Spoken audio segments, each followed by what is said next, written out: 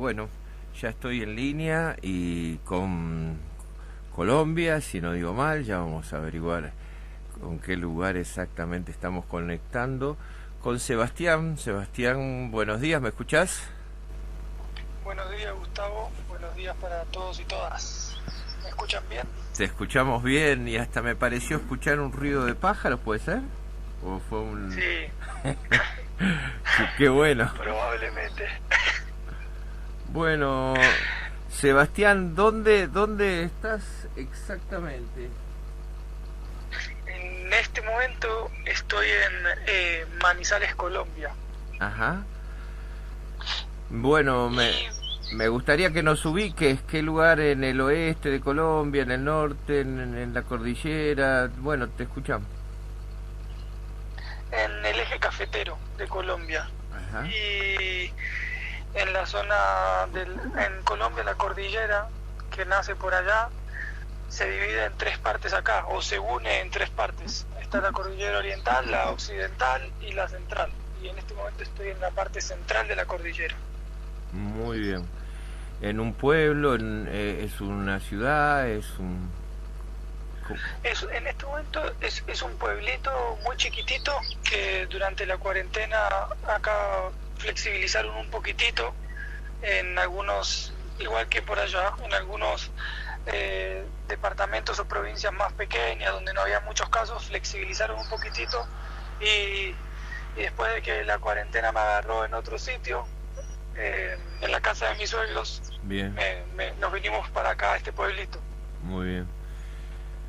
Bueno, Sebastián, la conexión se dio porque una vecina, oyente, parte también de la asamblea de vecinos de aquí de Uspallata, parte también de esta radio, eh, nos habló de un evento de permacultura que se va a hacer online desde allá, desde Colombia, en el que tú eres expositor. Bueno, y nos llegó gracias a Merlina la conexión en el Facebook donde se promociona este evento de permacultura. Estás tú, Sebastián, como periodista, escritor, argentino, nómade. Bueno, me gustaría que nos cuentes un poco tus andanzas como nómade, cómo llegaste a Colombia y cómo se produce tu encuentro con la permacultura, si te parece, para empezar a conversar. Muy bueno, parece muy bueno. Primero y antes que nada, quiero agradecer y me siento enormemente agradecido a Merlina, que es una grandísima hermana, que el camino de la permacultura y el camino del nomadismo me cruzó con ella y que gracias a ella está sucediendo este contacto, así que un grandísimo saludo para ella, Muy bien. gran hermana del corazón. Así que empezando por ahí. El camino del nomadismo empieza después de que terminé mi carrera de periodismo, después de a mí me gusta decir, después de haberme dado cuenta durante 3 veces de haber iniciado 3 carreras distintas, dije, bueno, voy a estudiar lo que quiero estudiar, que siempre quise estudiar periodismo, y estudié periodismo y trabajando en ese momento, trabajaba en el Congreso, era jefe de prensa de un diputado, no daremos nombres para cuidar mi persona y también la de él, Muy bien. en estos nombres, en estos tiempos particulares. Y en un momento en el Congreso me paré y dije que no quería hacer eso en mi vida 40, 50 años más para poderme jubilar y vivir la vida que quería. Y entonces me fui de vacaciones a Uruguay. En ese momento tenía unas rastas que me llegaban por la cola más o menos. Muy bien. Y con eso en el Congreso, entonces me acercaba mucho a la gente de Pinos Solanas, en ese momento que éramos como los más raritos en el Congreso. Muy bien. Muy bien. Y recuerdo en ese momento que con el amigo con el que me fui a Uruguay, cuando volvimos dijimos que queríamos 15 días de vacaciones nada más, que queríamos otra forma, y bueno, nos pusimos una fecha de salida y faltando 10 días para esa fecha de salida me dijo, yo quiero irme en una camioneta. Ajá. Y yo le dije, ¿en serio? Y me dijo, sí. Y dije, bueno. busquemos y conseguimos una Volkswagen Combi que estaba bastante destruida y me dijo, en un mes la arreglamos y nos vamos. Ese mes se convirtieron en 13 meses, exactamente. Muy bueno. Entonces yo pensé que iba a terminar de trabajar antes y seguí trabajando durante 13 meses porque trabajaba en eso, trabajaba como productor de radio y televisión de Fanny Mandelbaum, una periodista de un recorrido por la televisión y radio argentina, y iba ahorrando dinero para ponérselo a la camioneta y en un momento, recuerdo que fue un 8 de diciembre, dijimos nos vamos y nos fuimos, salimos. Muy y bien. así arranqué Córdoba y hacia el resto de Argentina. Y esa aventura fue un proyecto social. Yo ya me dedicaba en ese momento como educador no formal a actividades recreativas para niños. Entonces nos fuimos haciendo actividades recreativas para niños, un poco de... aprendimos en el camino a hacer algo de circo, hicimos circo, vendíamos comida y el proyecto se llamó Huellas de América. Y intentaba recabar el pasado de la historia de nuestros ancestros y hacer ver esas huellas que han dejado los que caminaron antes que nosotros. Entre ellos, por ejemplo, una de las primeras personas junto con el Che que se animaba a hacer ese tipo de aventuras había sido Atahualpa Yupanqui. Muy bien. El famoso Atahualpa, que él nos inspiró a hacer parte de lo que hicimos, que fue una camioneta cultural donde llevábamos un cine móvil, una radio itinerante y una biblioteca popular. Entonces a todos los pueblos que íbamos intercambiando libros o poníamos la radio y conversábamos con la gente del pueblo o alguna actividad de cine y cine debate. Entonces el debate lo hacíamos en forma de radio. Qué bueno. ¿Todo eso quedó registrado, Sebastián, en algún libro, en alguna película, en algún CD, en algún YouTube? Quedó registrado en la página de Facebook que se llama Huellas de América. Muy bien. Y entre Hernán, que es con mi compañero de viaje, Hernán y yo, que tenemos la pendiente de escribir el libro y recopilar las historias que hemos vivido, que fueron en ese momento siendo más jóvenes que hoy seguimos siendo jóvenes, pero en ese momento éramos más jóvenes, muchas historias de la inconsciencia de un joven que no le teme a nada. Hernán, ¿qué Hernán es? Porque conocí un Hernán que estaba en Potrerillos y también anduvo por ahí por Centroamérica, no es el mismo. Hernán Paz creo que era.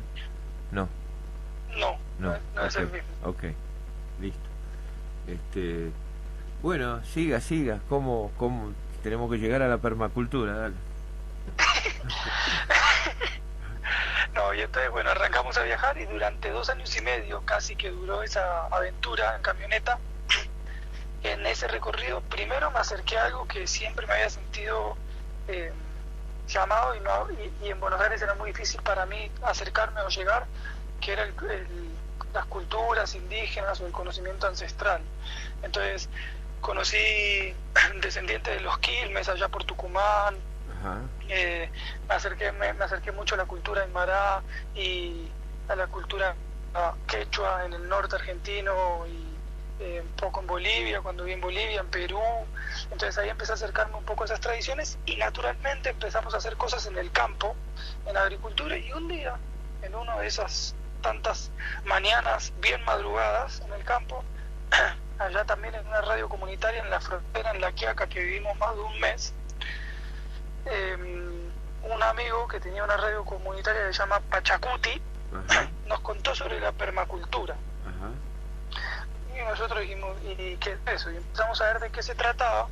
Eso era el año 2012 más o menos, y ahí nos empezamos a vincular ya directamente con cosas de permacultura y con un poco de los abuelos aymaras y cerca de Bolivia, y empezamos a hacer ese recorrido poquito a poco. Y fue una experiencia muy muy hermosa porque ahí empezamos a conocer. Cuando terminó el viaje, que terminamos tomando caminos distintos en Brasil, la camioneta estaba en Salvador de Bahía al norte, perdón, en Natal. O sea, Natal es el punto de América Latina más cercano de África. Eso es en el noreste de Brasil. Ok, entre más arriba de Bahía, más abajo de Belén. Sí, exactamente, en ese punto en el medio.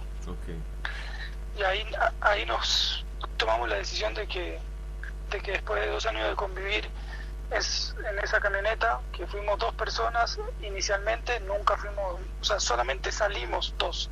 Después fuimos, el punto en el que más personas convivimos en esa camioneta, éramos 7 personas y 2 perros. ¡Qué camionetaza! ¿Cómo se la bancó? ¡Qué bárbaro! Sí, no, fue muy bueno, pero también fue muy intenso, naturalmente.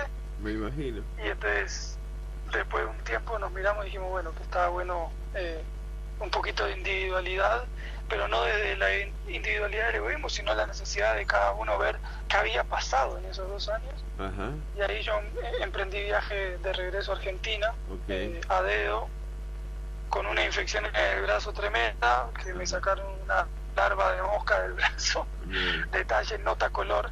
Ajá.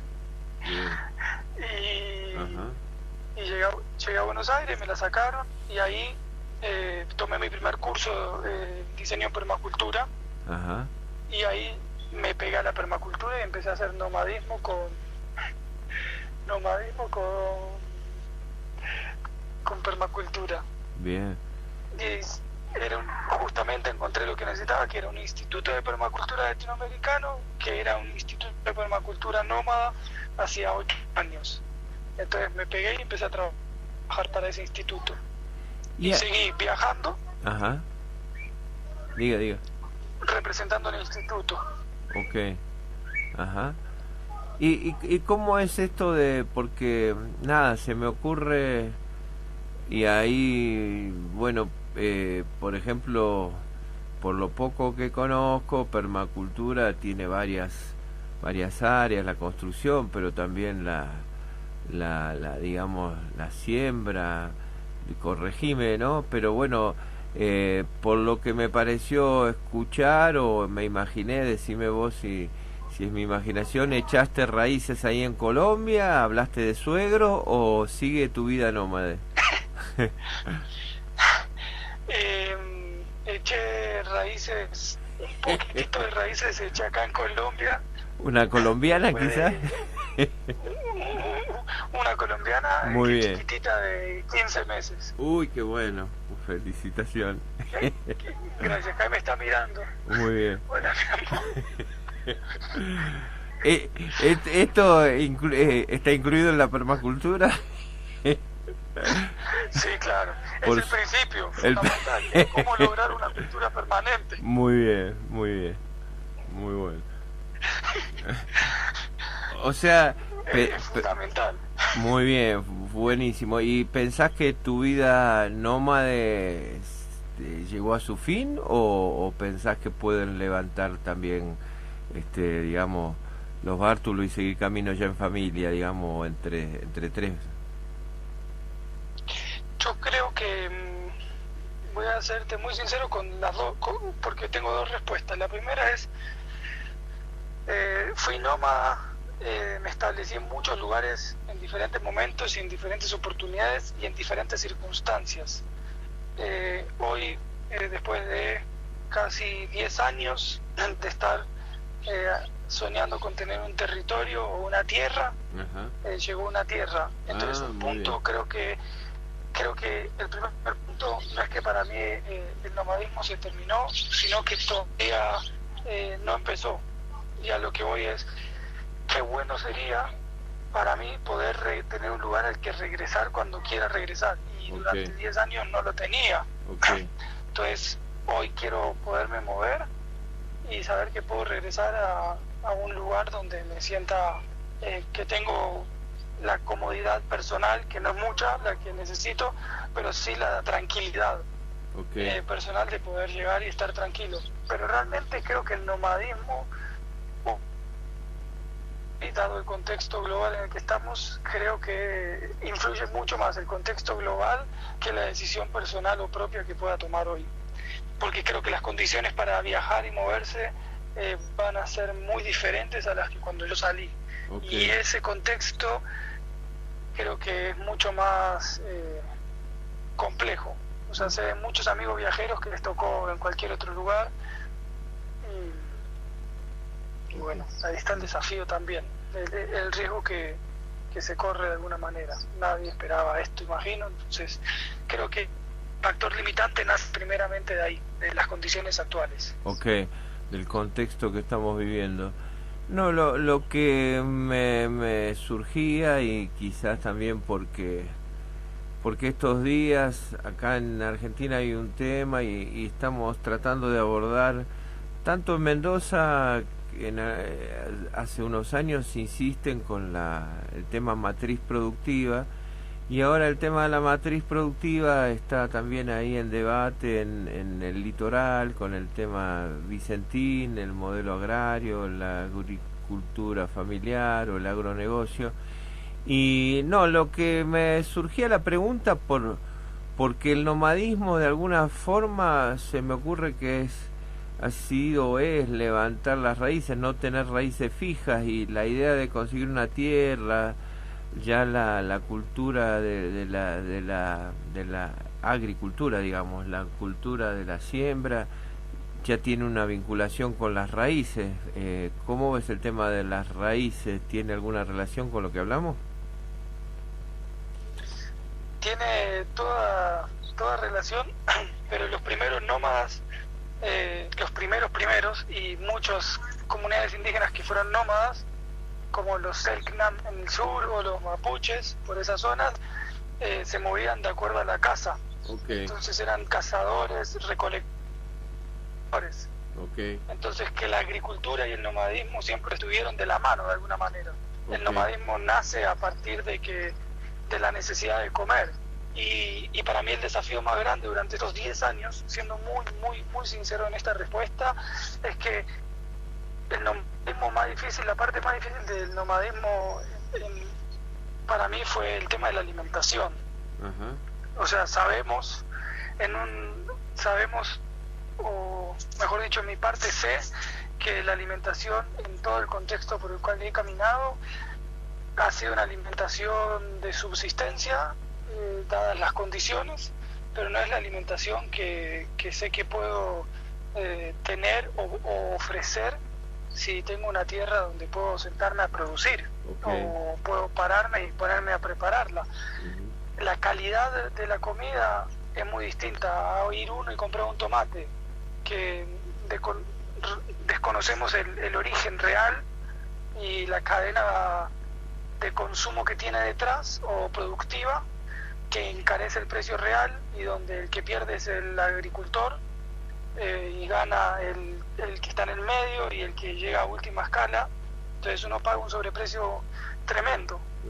Y eso solo en vegetales. Entonces para mí el tema de la tierra radica mucho más que o sea, así como decía, tener una base para poder volver, por decirlo de algún modo, radica principalmente en esto que a mí me gusta llamarle soberanía alimentaria más que seguridad, porque no es seguridad, es soberanía. Y la soberanía en todos sus puntos. La agricultura es solo una de esas soberanías. Y el nomadismo para mí tiene que ver con una soberanía, que es la soberanía de la libertad, de poder elegir dónde, cómo y en qué lugar quiero estar. Qué interesante. No, a mí escuchándote se me vienen muchísimas cosas a la mente. Bueno, yo también cuando era más joven recorrí ahí, por eso te decía Belén, el Amazonas, en un viaje más corto, pero bueno, digamos, nuestra América Latina, lo que vos contás de los pueblos originarios, me acuerdo también en algún momento haber leído, no de testimonio directo, sino a través de un libro, sobre los pueblos en el Amazonas, los Amahuaca, cómo se desplazaban también de acuerdo al alimento y a las temporadas. Un libro de un peruano, Inomoxo, y decían que, claro, para ellos los occidentales vivían en cementerios, como si fueran lugares fijos, ¿no? Y nada, y en algún momento también tenemos un hijo que se llama Ismael, y un día vimos un libro que se llama Ismael, lo compramos por el nombre, y era una tesis antropológica que sé que existe, que los antropólogos han estudiado, que justamente hablaba de que el problema ecológico, en la novela estaba la voz de un orangután que transmitía esto, pero decía, el problema ecológico empezó en Caín y Abel. ¿Por qué Dios le aceptó la ofrenda de ganado a Abel y no la agrícola, la de agricultura a Caín? ¿Por qué? Porque los pueblos nómades y los pueblos de la Media Luna, que son los de Medio Oriente, con el ganado se desplazaban y entonces se mantenía un equilibrio ecológico. Y cuando empezó la agricultura, empezaron los imperios, empezó la acumulación, empezaron el apoderarse de territorio y empezó el desequilibrio. Una tesis fuerte para mí, interesante. ¿Lo has pensado vos, que sos periodista? ¿Has conocido esta idea de ciertos antropólogos? Sí, leí algunas cosas. De hecho, cuando se hace el recorrido de la agricultura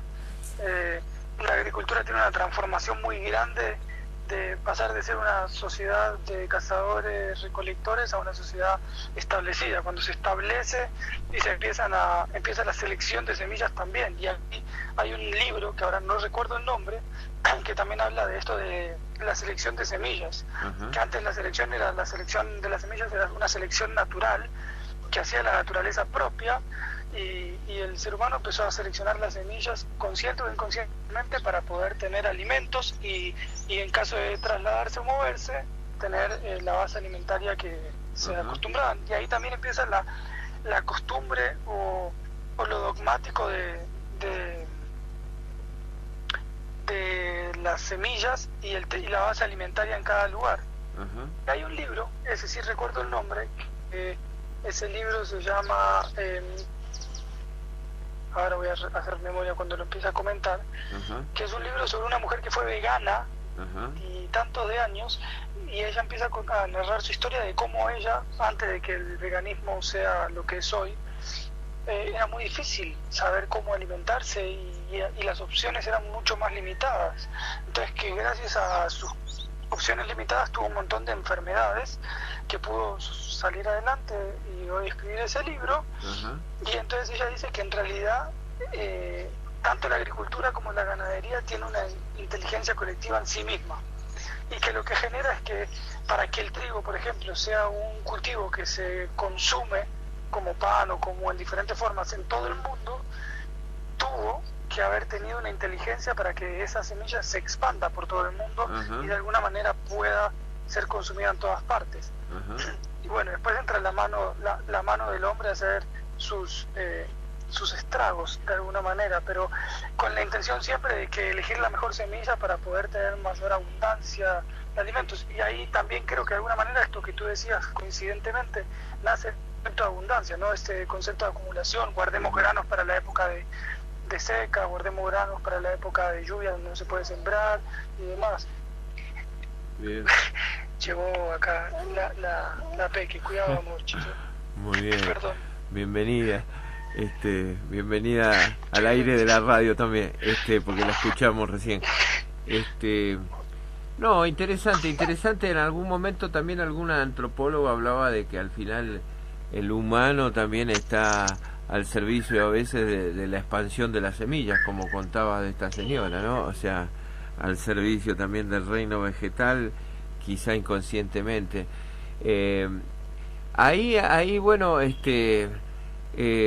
Sebastián, en el contexto, estamos en un contexto, vos dijiste, donde el desplazamiento hoy tiene un nuevo problema. Esto de las pandemias es un tema también largo.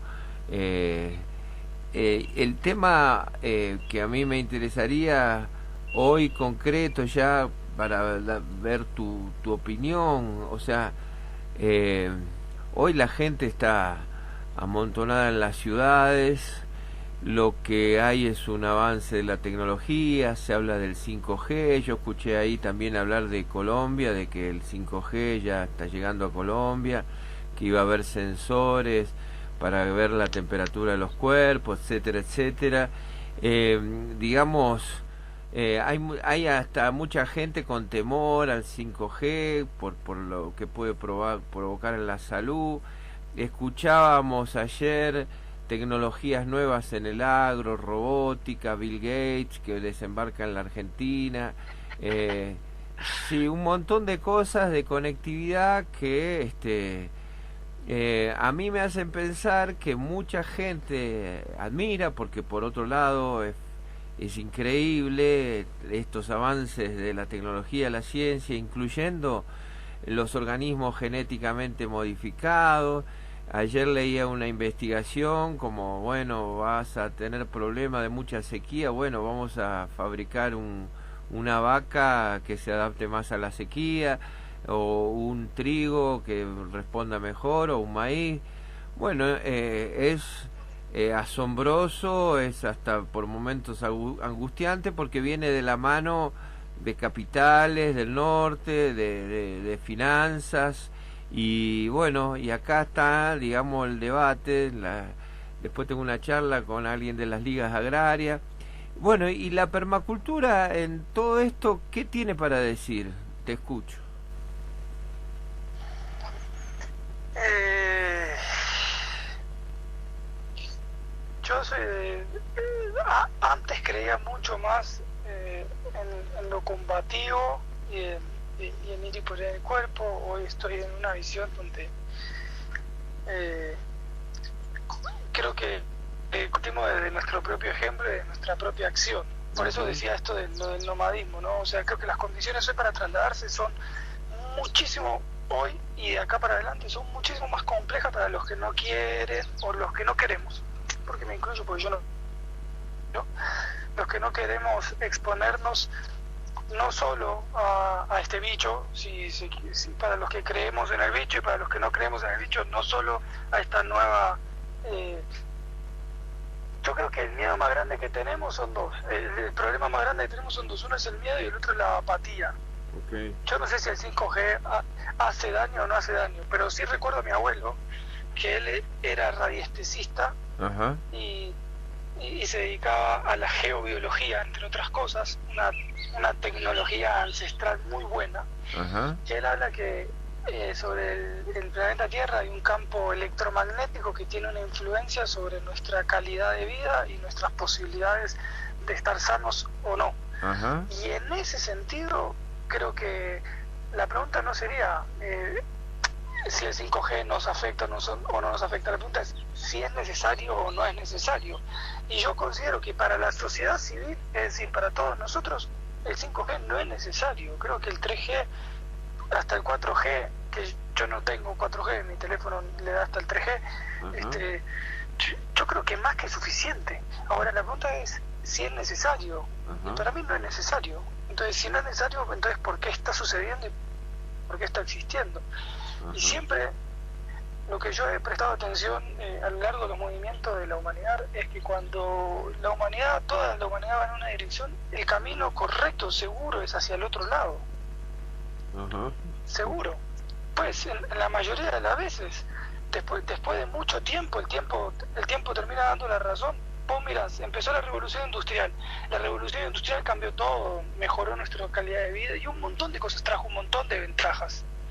Pero Henry David Thoreau, en plena época de la revolución industrial, planteaba y escribía el libro Walden, La vida en los bosques, y él mostraba cómo se vivían las ciudades, y todavía no eran las ciudades, las grandes ciudades que son hoy todas tapadas de cemento, y ya decía que había una desconexión muy grande del humano en ese contexto con respecto a la vida en los bosques. Y en el bosque uno encuentra la vida, la diversidad. Entonces, llevándolo a ese punto, creo que en relación a 5G, creo que no es necesario, creo que no hay nada que hacer. Hay unos movimientos ya que se están dando a conocer en diferentes partes del mundo, que van y prenden fuego, o rompen o tiran las antenas.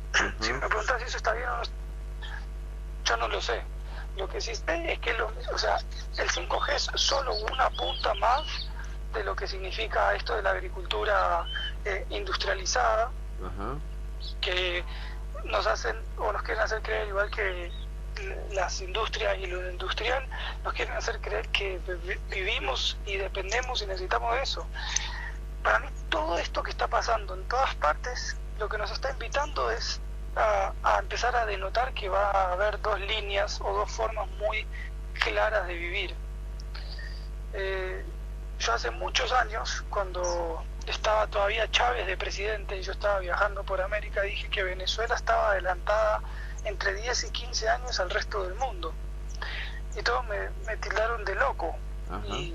Y me preguntaban ¿por qué?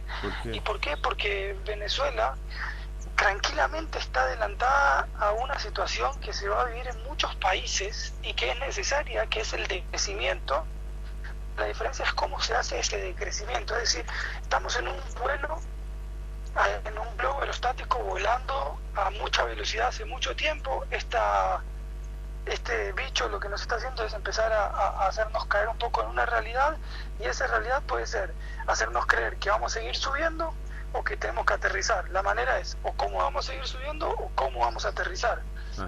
En Venezuela de alguna manera se está aterrizando abruptamente, ojalá en otros países se pueda aterrizar un poco más amorosa, dulce y cuidadosamente, evitando y planificando, porque el problema no es aterrizar, el problema es planificar el aterrizaje forzoso. Y todavía hay tiempo para planificarlo. El problema es si hay las intenciones, y eso es fundamental. Que es necesario cambiar esta manera en la que vivimos, consumimos y nos manejamos, seguro. La tecnología tiene sus ventajas y sus desventajas. La ventaja es que tú y yo en este momento podamos estar conversando, y qué belleza, y que yo a distancia de mi familia pueda conversar con ellos, qué belleza, y lo agradezco.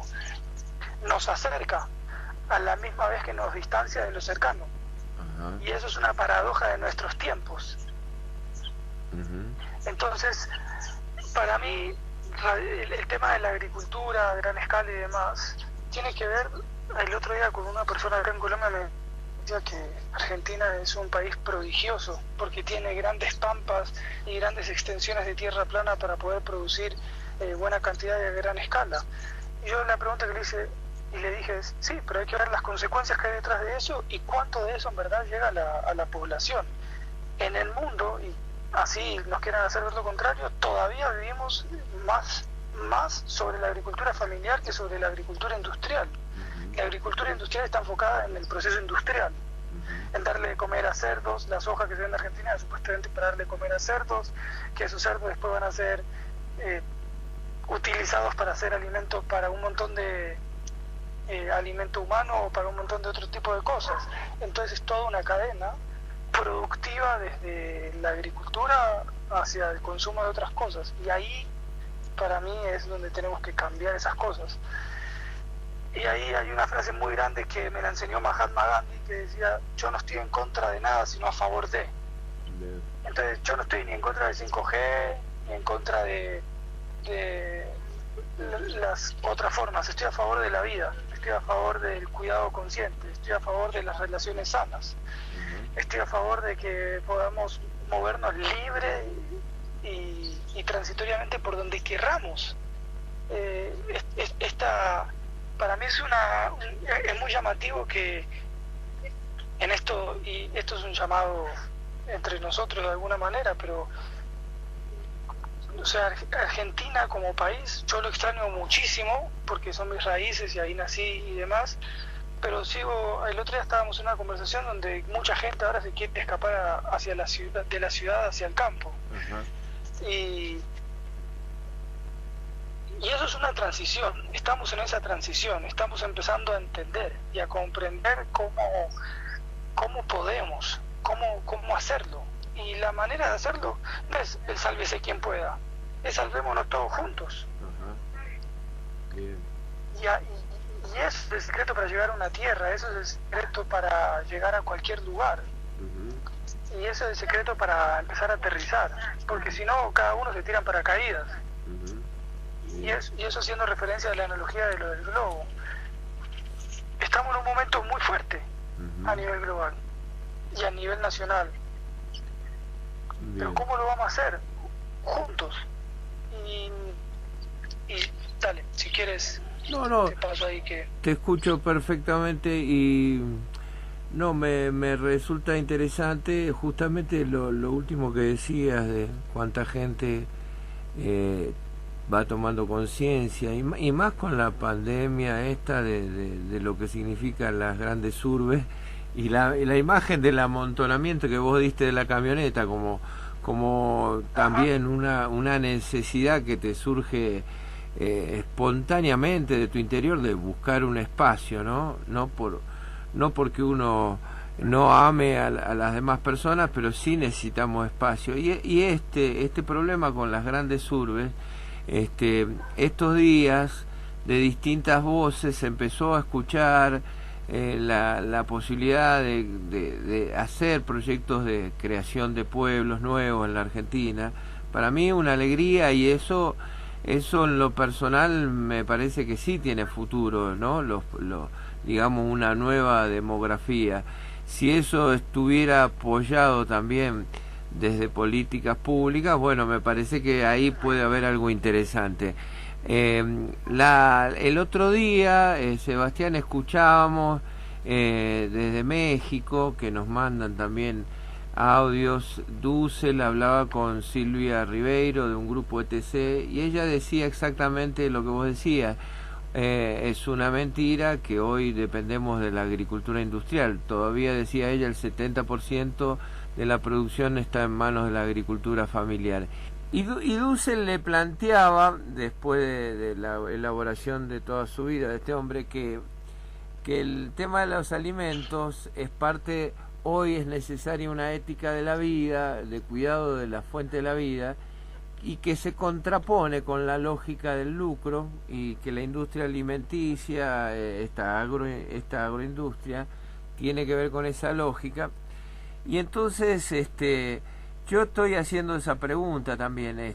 ¿Pueden convivir? También a veces hemos conversado con Jorge Rulli, un luchador contra el modelo del agronegocio, que dice que no pueden convivir. Claro, la lógica del agronegocio se va expandiendo, va captando territorios con su lógica monetaria también. Esa contraposición, vos diste ya tu posición de que no estás en un momento de lucha, pero ahí vamos ya directamente a este evento que ustedes están promoviendo. La pregunta es si hay respuestas, de si ves que hay, digamos, mucho interés por la permacultura, la alternativa económica que plantea la permacultura, creo que le llaman biodinámica, no conozco mucho, no sé si querés contarnos algo sobre esta parte económica también de la permacultura. Perfecto, de una. Te voy a proponer contextualizar un poco. Dale. Porque la permacultura ofrece muchas herramientas. Para mí es una base. A mí me gusta decir que la permacultura es una caja de herramientas para crear espacios sostenibles. Okay. Espacios sostenibles, desde hábitat humano sostenible hasta, no sé, tengo un lavadero de auto, bueno, ¿qué tan sostenible lo puedo hacer?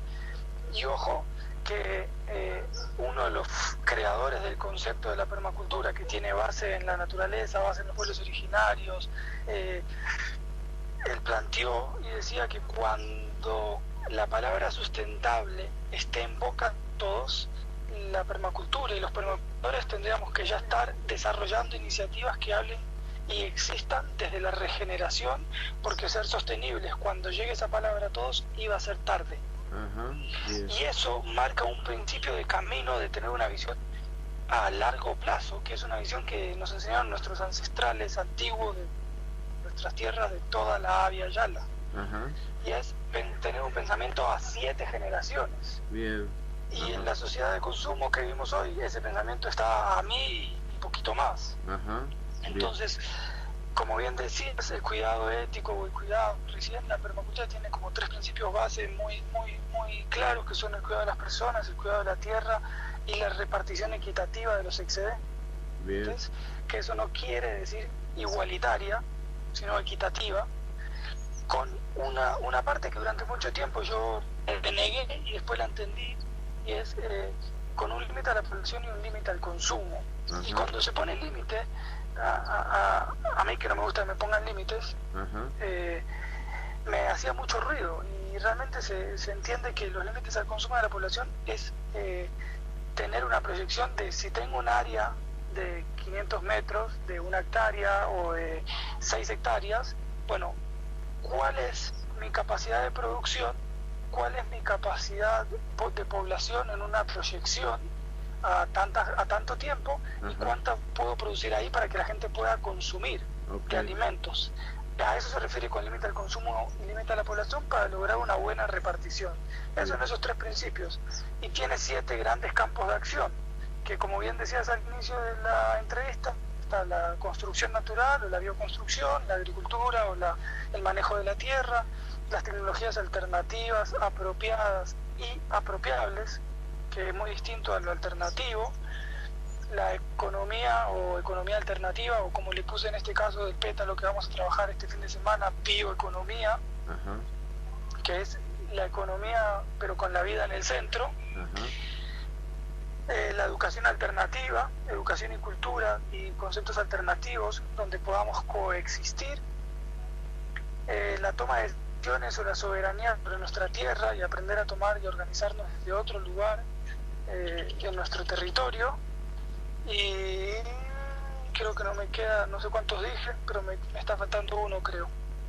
Claro, salud y bienestar espiritual, okay. Que es incorporar todas las herramientas y metodologías que nos permitan tener una buena salud, que la buena salud es la carencia de la enfermedad, y entonces la mejor forma de evitar enfermedades es la prevención. Entonces, incluyendo la prevención como con otras metodologías e incursiones en la salud. Entonces, en esos campos de acción cada uno tiene, o sea, son macro temas y tienen profundizaciones. En bioeconomía, respectivamente a lo que me preguntaste, este fin de semana vamos a trabajar en 3 conceptos. Uno es oikosnomía, que lo va a presentar una chica colombiana que hace parte de una agrupación que se llama Agrosolidaria, y es una iniciativa en Colombia, cerca a Cundinamarca, que es el departamento donde la capital es Bogotá. Uh-huh. Otro chico que tiene una iniciativa que se llama, su iniciativa se llama Bicicleta Amarilla, y hacen envíos y pedidos, y reciben pedidos de cajas con alimentos comestibles de primera necesidad, y todo eso lo hacen en el marco de un sistema de cultivos orgánicos alrededor de la zona, y lo hacen a través de bicicletas con una economía alternativa, con una moneda social que está surgiendo en esa región también. Qué interesante. Y luego un grandísimo hermano que va a estar hablando desde México, que es Ricardo Vélez, uh-huh. el hermano de un gran amigo también que se llama Raúl Vélez, uh-huh. que ellos se dedican entre otras cosas, a hacer trabajos de diferente índole también relacionados con la permacultura, pero que es uno de los tantos fundadores de 3 monedas sociales en México.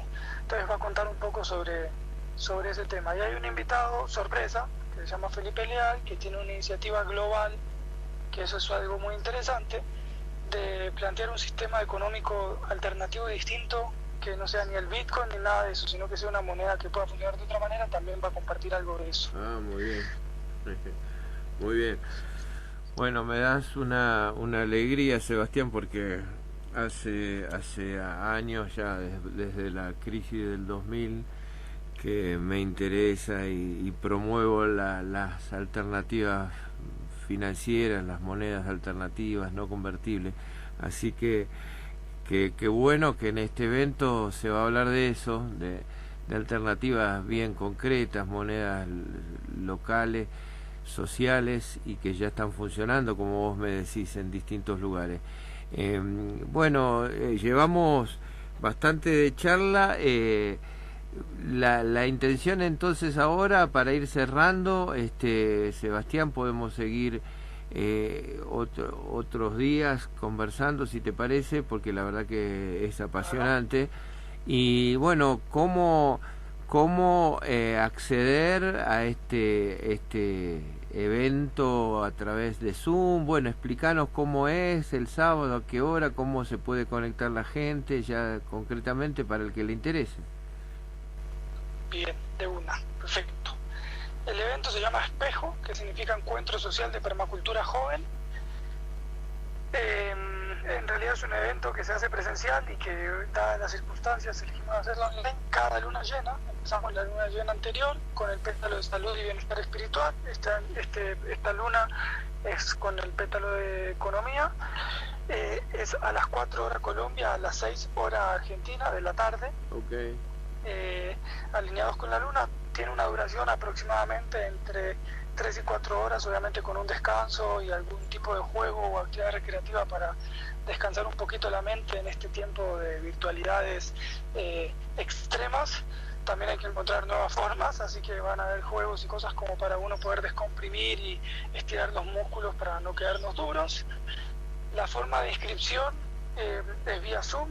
También se puede buscar Espejo en el Facebook, y ahí va a estar el link, porque en este momento el Zoom requiere como una ¿cómo dice? Una página donde uno se tiene que inscribir para que quede registrado, y entonces se le manda el link. Vamos a hablar en nuestra lengua y no el link, sino en el hipervínculo que nos va a llevar a inscribirnos, y una vez que nos inscribimos recibimos la dirección de Zoom para poder entrar en esa plataforma ese día. En el caso de que por algún motivo, razón o circunstancia, no nos podamos inscribir en esa plataforma, vía Facebook a la misma hora vamos a estar transmitiendo en vivo lo que está sucediendo en el Zoom. Entonces, de cualquiera de las dos formas, si se quieren inscribir lo pueden hacer y pueden participar en el Zoom, y si no, en el Facebook de Espejo o en el Facebook de Casa Jóvenes también vamos a estar ahí transmitiendo en vivo desde las dos páginas. Muy bien. Casa Jóvenes, Espejo, permacultura, se busca fácil ahí en Facebook, sale apenas uno lo pone, ¿no? Creo que el otro día lo puse y salió. ¿También piensan, Sebastián, que va a quedar registrado este evento? Sí, queda grabado, queda subido en las páginas. Si por algún motivo no lo pueden ver y lo quieren recibir, pues mandan un mensajito a la página y se les envía, pero queda subido.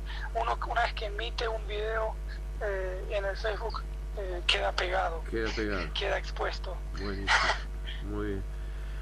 Bueno, Sebastián, siendo las 9:52 y ahora tengo un compromiso ahí con las ligas agrarias, así que para mí la verdad ha sido un gran gusto conocerte a través de tus relatos, y bueno, me gustaría que vos cierres con lo que quieras y te despidas a tu manera. Yo te mando un gran abrazo y espero que tengan prosperidad con ese evento, éxito, como quiera llamárselo.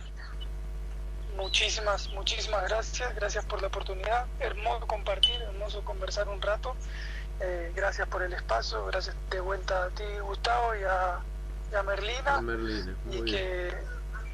y que sigan por favor ahí haciendo lo que están haciendo, esta hermosa labor de comunicar, el arte de la comunicación. Así que de verdad muchísimas gracias, muchas bendiciones para todos, muchos abrazos, y aquí seguimos haciendo cada uno su aporte, aportando su granito para que para todos pueda florecer bonito. Así que grandísimo abrazo y todas las bendiciones siempre. Bendiciones y abrazos para vos, para tu familia y para toda esa Colombia querida. Muchas gracias, y lo mismo, saludos para Ismael también. Muy bien. Y ahí también aprovecho y bueno, saludando para que ojalá pronto pueda retornar a Argentina en paz, y que mi hija, Aguana, pueda conocer también la tierra en que yo nací. Muy bien. Hasta prontito, Sebastián. Dale. Hasta pronto. Grandísimo abrazo. Un abrazote. Chao. Chao. Muy bien. Bueno, una alegría, un gusto enorme. Una bendición.